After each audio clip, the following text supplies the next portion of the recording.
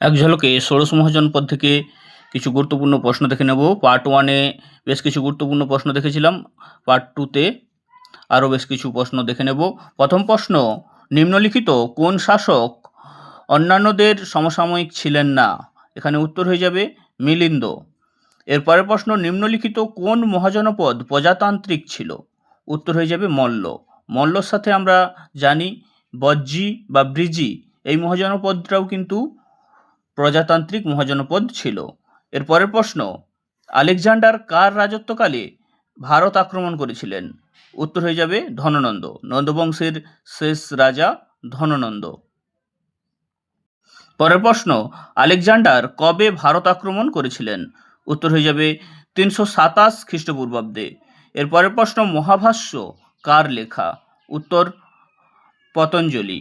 পতঞ্জলির মহাভাষ্য। এর পরের প্রশ্ন, নিম্নলিখিত কোন মহাজনপদ বিখ্যাত ব্যাকরণবিদ পাণিনিকে অভ্যর্থনা জানিয়েছিলেন? উত্তর হয়ে যাবে গান্ধার।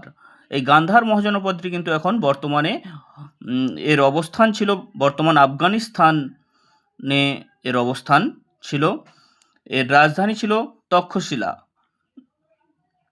পরের প্রশ্ন, কে আলেকজান্ডারের বিরুদ্ধে কঠোর প্রতিরোধ গড়ে তুলেছিলেন?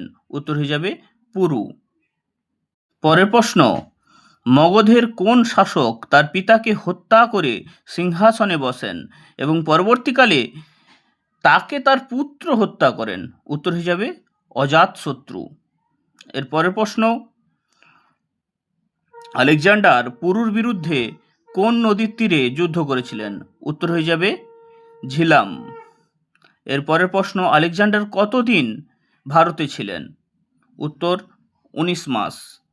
Thank you. ভিডিওটি ভালো লাগলে চ্যানেলটি সাবস্ক্রাইব করে ভিডিওটি লাইক করে আমাদের পাশে থাকো।